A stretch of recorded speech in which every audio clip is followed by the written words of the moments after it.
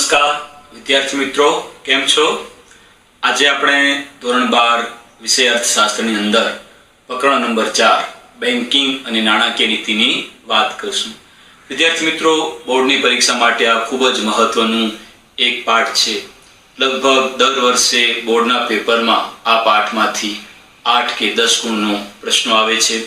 આ પાઠ બેંક શું છે, બેંક કઈ રીતે કામ કરે છે, બેંકના કાર્યો કયા કયા છે.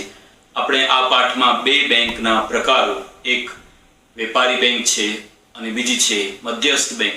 વેપારી બેંક કોને કહેવાય, વેપારી બેંકના કાર્યો એટલે શું, એના પછી મધ્યસ્થ બેંક કોને કહેવાય, મધ્યસ્થ બેંકના કાર્યો કયા કયા છે, અને છેલ્લે નાણાકીય નીતિ, ભારત સરકાર કઈ રીતે, એમાં રિઝર્વ બેંક કઈ રીતે નાણાકીય નીતિનો ઉપયોગ દેશના અર્થતંત્રના વિકાસ માટે કરે છે. તો આને આપણે સમજવાનો પ્રયત્ન કરશું.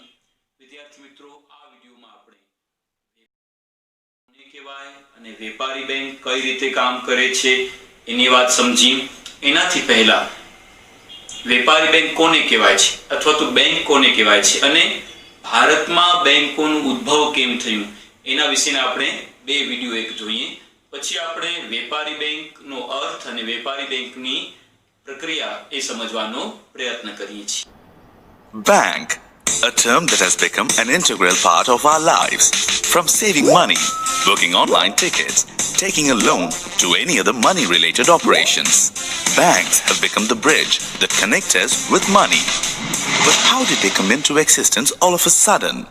Let's turn over the pages of banking history. The first banking system was started in Italy. In the Middle Ages, Italians used to carry out their commercial trading and transactions sitting on a bench. In Italian, the word banco refers to a bench. With the intervention of many clients and customers, the word banco underwent changes and became bank. Technically, banking system was started right in the Paleolithic age with the advent of barter system. People exchanged and traded goods they already had for things they needed. It was beneficial up till the point when people felt that they required a common commercial tool for trading. As gold was commonly used by everyone, people started using gold coins as a trading tool, which led to the birth of banks. The inception of banks was mainly due to two kinds of people, the merchants and the goldsmiths. The traditional banking system was initiated through the concept of safe deposits. When the merchants traveled all over the world, they needed a place to safeguard their gold coins. Hence, they approached the goldsmiths to store these surplus gold in their safety vaults.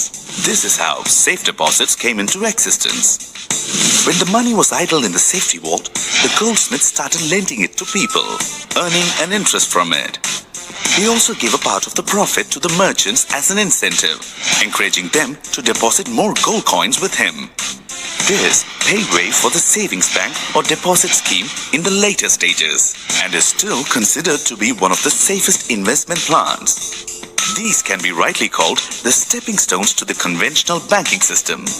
The world's first bank is the Bank of St. George in Italy, which was founded in 1407, whereas Monte dei Paschi is the oldest surviving bank since its inception in 1472. With technological advancement, the whole banking process is now confined to small mediums like computers and mobiles, which have made banking a simpler process. Just a click on your computer and you're into the money world in no time.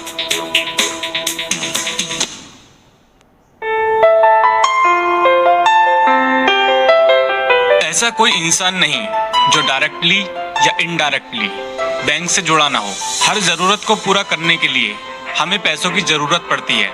पैसे हमेशा हम अपने pocket में रख कर नहीं घूम सकते. उसकी सुरक्षा के लिए एक अकाउंट होना जरूरी है. इसीलिए आज हम सभी बैंकों पर ज्यादा निर्भर हैं. बैंक देश की अर्थव्यवस्था में एक महत्वपूर्ण भूमिका निभाते हैं. लेकिन क्या आप जानते हैं कि बैंकों की शुरुआत कहाँ से हुई और क्या था इसका इतिहास? विश्व का पहला आधुनिक बैंक. विश्व का पहला आधुनिक बैंक इटली के जेनेवा में सन 1406 में स्थापित किया गया, जिसका नाम बैंको दी सैन जियोर्जियो था. लेकिन इससे पहले सन 1397 में सबसे प्रसिद्ध इटावली बैंक मेडिसी बैंक था. इसके बाद धीरे धीरे बैंकिंग सिस्टम का विस्तार पूरी दुनिया में होने लगा. 15वीं और 16वीं शताब्दी में ये पूरे यूरोप में फैल चुका था। इसके बाद 17वीं शताब्दी में एम्स्टर्डम और 18वीं शताब्दी में इसका विस्तार लंदन में हो गया। 20वीं शताब्दी के दौरान बैंकिंग प्रणाली में बहुत महत्वपूर्ण बदलाव हुए। कंप्यूटर और दूरसंचार के साधनों ने इसे और भी सरल बना दिया। भारत में आधुनिक बैंक सेवाओं का इतिहास लगभग 200 वर्ष पुराना है। पहले डच, फ्रांसीसी और बाद में अंग्रेज व्यापार के सिलसिले में भारत आए, लेकिन अंग्रेजों ने यहीं अपना पांव जमा लिया। भारत के आधुनिक बैंक की शुरुआत ब्रिटिश राज में हुई। 19वीं शताब्दी के आरंभ में ब्रिटिश ईस्ट इंडिया कंपनी ने 3 बैंक खोलकर इसकी शुरुआत की। 1806 में बैंक ऑफ बंगाल, 1840 में बैंक ऑफ बॉम्बे और 1843 में बैंक ऑफ मद्रास खोले गए। लेकिन 1857 की क्रांति के बाद इन तीनों बैंकों का विलय कर दिया गया और इसका नाम इंपीरियल बैंक रखा गया, जिसे बाद में सन 1955 में भारतीय स्टेट बैंक में विलय कर दिया गया। इसके बाद इलाहाबाद बैंक भारत का पहला निजी बैंक बना। भारतीय रिजर्व बैंक सन 1935 में स्थापित किया गया और बाद में Punjab national bank, bank of India, Canara bank और इंडियन बैंक स्थापित हुए। आज़ादी से पहले देश के केंद्रीय बैंक के रूप में भारतीय रिजर्व बैंक ही सक्रिय था, जबकि सबसे प्रमुख bank imperial bank of India था। आज़ादी के बाद भारतीय रिजर्व बैंक को केंद्रीय बैंक का दर्जा बरकरार रखा गया। उसे बैंकों का बैंक भी घोषित किया गया। सभी प्रकार की मौद्रिक नीतियों को तय करने और उसे अन्य बैंकों तथा वित्तीय संस्थाओं द्वारा लागू कराने का दायित्व भी इसे सौंपा गया। निजी હવે વિદ્યાર્થી મિત્રો, અહીંયા જો આપણે બેંકવાળું ટોપિક સમજીએ છીએ। આપણી ટેક્સ્ટ બુકમાં જે બેંકમાં વિશે લખેલું છે એ પ્રમાણે અંગ્રેજીમાં બેંક શબ્દનો અર્થ જથ્થો કે સમૂહ થાય છે। સંસ્કૃત ભાષામાં બેંકને મળતો એક શબ્દ છે જેને કહેવાય છે ભાંડ, જેનો અર્થ થાય છે મૂડીનો જથ્થો એમ કહી શકાય છે। અને આ શબ્દ ઉપરથી ભંડોળ શબ્દ બન્યો છે, જે આપણે ઘણીવાર ઉપયોગ કરતા હોઈએ છીએ કે મૂડીનું ભંડોળ આટલા પ્રમાણમાં હોય, બરાબર। અંગ્રેજીમાં બેંક શબ્દ ફ્રાન્સ અને ઇટાલીના શબ્દો બેંક અને બેંકા પરથી ઉતરી આવ્યો છે। યુરોપમાં પ્રાચીન સમયમાં સરાફો ઢળતી પાટલી પર નાણાંની લેવડ દેવડ અને જુદા જુદા પ્રદેશોમાં નાણાંની ફેરબદલી કરતા હતા। કોણ? તો સરાફો। સરાફોને આપણે શું કહીએ કે જે વ્યક્તિ નાણાંની લેવડ દેવડ કરે છે, જે અન્ય વ્યક્તિને નાણાં ધીરવાનું કામ કરે છે, એવા વ્યક્તિને સરાફ તરીકે ઓળખવામાં આવે છે। આમ પાટલી એટલે કે બેન્ચ પર નાણાંની જથ્થાની ફેરબદલી થતી અને આમ બેંક શબ્દ અંગ્રેજીમાં ધીમે ધીમે ધીમે પછી ઉપયોગ થવા લાગ્યો, બરાબર। બેન્ચ પરથી બેંક, બેંક અને પછી બેંકો, તો આ રીતે બેંક શબ્દનું ઉદ્ભવ છે ને આ રીતે પછી કરવામાં આવ્યું છે। પછી વિદ્યાર્થી મિત્રો અહીંયા જો વાત કહે છે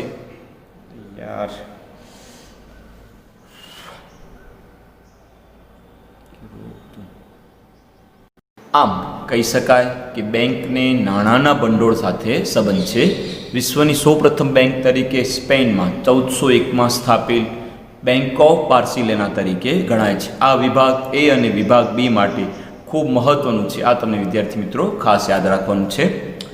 જ્યારથી નાણું ચલણ તરીકે સ્વીકાર પામ્યું છે ત્યારથી નાણાંનું કાર્ય ફક્ત વિનિમયના માધ્યમ અને મૂલ્યના માપદંડ પૂરતું જ મર્યાદિત ન રહેતા મૂલ્યના સંગ્રાહક તરીકે તેમજ ભવિષ્યના સોદાઓની ચૂકવણી કે વિલંબિત ચૂકવણીના સાધન તરીકે પણ સ્વીકૃત બન્યું છે। હવે તમને આ શબ્દો યાદ આવે તો આપણે પાઠ નંબર 3માં નાણાંના કાર્યો વિશે સમજ્યા હતા। તો જે નાણાંના જે મૂળ કાર્યો છે ને બધા કાર્યો અહીંયા આવી જાય છે। તો જો કે વિનિમયનું માધ્યમ તરીકે પણ નાણું કામ કરે છે, મૂલ્યના માપદંડ તરીકે અને મૂલ્યના સંગ્રાહક તરીકે। પરંતુ હવે આ દરેક નાણાંને સાચવવા માટે બેંકની ખાસ જરૂર પડે છે। તેથી બેંક શબ્દ ખૂબ જ મહત્વનું બની ગયું છે।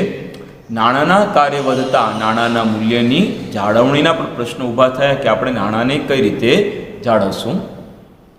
પછી વિદ્યાર્થી મિત્રો અહીંયા વાત કરે છે કે ટૂંકમાં નાણાં આધારિત અર્થવ્યવસ્થામાં નાણાંની સાચવણી, તેની હેરફેર અને તેના મૂલ્યની જાળવણી માટે કોઈ એક સંસ્થાની જરૂર પડે, જે કાર્ય બેંક દ્વારા થતું જોવા મળે છે, બરાબર। હવે વિદ્યાર્થી મિત્રો ઘણીવાર વિભાગ સી ની અંદર તમને એક પ્રશ્ન પૂછાય કે બેંકનો અર્થ આપો, બરાબર, 2 ગુણની અંદર, તો તમને આ વ્યાખ્યા લખવાની છે. બહુ સહેલી છે, તમને એના શબ્દો પણ આરામથી આવડી જશે. બેંકનો અર્થ એ થાય બેન્કિંગની સેવા આપતી સંસ્થા, એટલે બેંક. જે બેન્કિંગની સેવા છે, બરાબર. બેન્કિંગની સેવા કોને કહેવાય? તો જે લોકોના પૈસા સ્વીકારે છે, જે વ્યક્તિઓને ધિરાણની જરૂરિયાત પડે તેમને ધિરાણ આપે છે, આ ઉપરાંત અન્ય બેન્કિંગ સેક્ટરની જે કાંઈ પણ સેવાઓ છે, જે પ્રદાન આપે છે, એવી સંસ્થાને બેંક તરીકે ઓળખવામાં આવે છે. હવે એની જે વ્યાખ્યા છે ને એ તમને યાદ રાખવાની છે. માંગવામાં આવે એટલે નાણાં પરત કરવાની શરતે ધિરાણ કરવાના હેતુથી બચતો એકત્રિત કરતી સંસ્થાને બેંક કહે છે. એટલે કે માંગવામાં આવે, કોઈ પણ વ્યક્તિ જ્યારે બેંકમાં પોતાના પૈસા જમા કરાવે, બરાબર, હવે જમા કરાવે એટલે એ ફ્યુચરમાં ભવિષ્યમાં ક્યારેક પૈસા ઉપાડવાનું પણ છે, બરાબર. એટલે અહીંયા આ વાક્ય આપ્યું છે કે માંગવામાં આવે એટલે નાણાં પરત કરવાની શરતે. બેંકમાં આપણે પૈસા જમા કરાવી પણ આપણને જ્યારે જરૂર પડે ત્યારે બેંક પૈસા આપણને પાછા આપે એવી શરતે ધિરાણ કરવાના હેતુથી, બરાબર, એ પૈસાનું શું કરે? ધિરાણ કરે, કોઈને લોન આપે. ધિરાણ કરવાના હેતુથી બચતો એકત્રિત કરતી સંસ્થાને શું કહેવાય છે? બેંક તરીકે ઓળખવામાં આવે છે. હવે બીજી એક વ્યાખ્યા પણ છે, એ પણ આપણે સમજી લઈએ.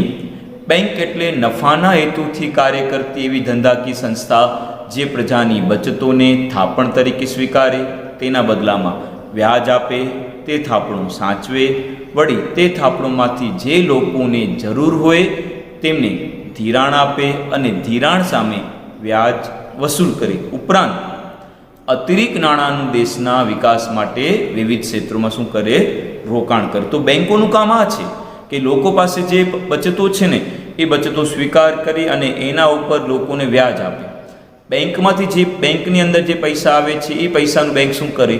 તો અર્થતંત્રમાં જે લોકો કાર્ય કરે છે, જે ક્ષેત્રો કામ કરે છે, માનો કે ખેતી ક્ષેત્ર છે, ઉદ્યોગ ક્ષેત્ર છે એન્ડ સેવા ક્ષેત્ર છે, આવા ક્ષેત્રોમાં જ્યારે જ્યારે જરૂર પડે ત્યારે બેંક ધિરાણ આપવાનું કામ કરે છે, બરાબર. આ ઉપરાંત સરકાર દ્વારા દેશના વિકાસ માટે જે ક્ષેત્રો, બરાબર, જે ક્ષેત્રોની સ્થાપના કરવામાં આવી છે, માનો કે રેલવે છે, બરાબર, મોટા પાયાના ઉદ્યોગો છે, નાના પાયાના ઉદ્યોગો છે, ખેતી ક્ષેત્ર છે, એમને જ્યારે જ્યારે જરૂર પડે ત્યારે બેંક દ્વારા એમને વધુને વધુ પ્રમાણમાં ધિરાણ આપવાનું કાર્ય કરવામાં આવે છે. એટલે બેંકની આ બીજી વ્યાખ્યા પર આપણે વાત કરી. ટૂંકમાં અર્થતંત્રમાં બેંકો દ્વારા નાણાંની જે હેરફેર થાય છે, બરાબર, નાણું પડી રહે એટલે કે એક પ્રવૃત્તિમાંથી બીજી પ્રવૃત્તિમાં સતત ફેરફાર થતું ન રહે તો નાણાંના પડી રહેલા જથ્થાનું મૂલ્ય ભવિષ્યના ગાળામાં ઓછું થતું જશે, બરાબર. ફરતા નાણાંનું મૂલ્ય હંમેશા વધતું જાય છે. આ તમને ખાસ યાદ રાખવાનું કે જો જેટલા પૈસા માર્કેટની અંદર ફર્યા કરશે, જેટલા ફર્યા કરશે એટલા પ્રમાણમાં નાણાંનું વેલ્યુ શું થશે? વધી જશે. દાખલા તરીકે કોઈ વ્યક્તિ જમીન લે, જમીનમાંથી શેર લે, શેરમાંથી ડિબેન્ચર, પછી ડિબેન્ચર વેચીને બીજી કોઈ મિલકત લે, ગોલ્ડ લે, તો એ રૂપિયાને શું થાય છે? ફર્યા કરે છે. તો એની પ્રોપર્ટી છે ને આખી વધી જાય છે. એટલે નાણાંનું મૂલ્ય શું થયું? વધી ગયું. પણ જો આપણા પૈસા આપણે ઘરે જ રાખીએ, માનો કે 1 લાખ રૂપિયા છે, આપણે 2 વર્ષ માટે આપણા ઘરે રાખી દીધા, તો એ 2 લાખ એમનેમ જ રહેશે, એમાં કોઈ વધારો નહીં થાય અને એનું વેલ્યુ છે એ શું થશે? ઘટી જશે. એટલે બેંકનું કામ આ છે કે અર્થતંત્રમાં નાણાંની હેરફેર કરાવવાનું કામ આ બેંક દ્વારા કરવામાં આવે છે. વિદ્યાર્થી મિત્રો, અહીંયા બેંકના પ્રકારોની વાત કરીએ છીએ કે જો બેંકોનું વર્ગીકરણ મુખ્ય 2 પ્રકારે થાય છે. સામાન્ય રીતે 2 પ્રકારની બેંકો છે જેને આપણે વાણિજ્ય બેંક કે વેપારી બેંક તરીકે ઓળખીએ છીએ. હવે આપણે વેપારી બેંકની અહીંયા વાત કરી, બરાબર. તમને ક્યારેક વિભાગ બીમાં આવો પ્રશ્ન આવે કે બેંકોના પ્રકારો કેટલા? તો કેટલા લખવાના? 2. એક આવશે વાણિજ્ય બેંકો એટલે કે વેપારી બેંકો અને બીજી છે મધ્યસ્થ બેંક. વેપારી બેંક ભારતમાં 1949ની બેન્કિંગ કંપની ધારા મુજબ, હવે તમે આ બેન્કિંગ કંપની ધારા 1949માં ભારતમાં આવ્યો, બરાબર. તે મુજબ વેપારી બેંકની અહીંયા વ્યાખ્યા આપવામાં આવી છે કે વેપારી બેંક એવી સંસ્થા છે જે બેન્કિંગ અંગેના વ્યવહારો કરે, એટલે કે લોકો પાસેથી બચતો સ્વીકારે અને જે ક્ષેત્રોમાં લોકોને નાણાંની જરૂરિયાત પડે એવા ક્ષેત્રોમાં નાણાંનું રોકાણ કરે.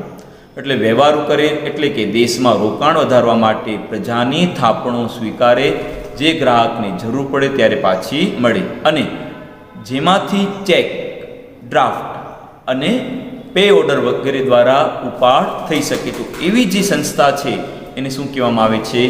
બેંક તરીકે ઓળખવામાં આવે છે. તો વિદ્યાર્થી મિત્રો, આ વેપારી બેંકની વ્યાખ્યા છે, બરાબર, 1949ના કાયદા પ્રમાણે. આમ વેપારી બેંક ધંધાદારી એકમ છે, બરાબર. જેમ કોઈ ધંધાકીય એકમ છે, કોઈ કંપની છે, કોઈ વ્યક્તિગત માલિકીની પેઢી છે, બરાબર, એનું કામ શું છે? એનું કામ છે કે કોઈ પણ વસ્તુ બનાવી, પ્રોડક્ટ તૈયાર કરી અને માર્કેટમાં એનું વેચાણ કરવું, બરાબર. નીચી કિંમતે, ઓછી કિંમતે ખરીદી અને ઊંચી કિંમતે શું કરવું? વેચાણ કરવું. આ જ કામ બેંક પણ કરે છે. કઈ રીતે કરે છે?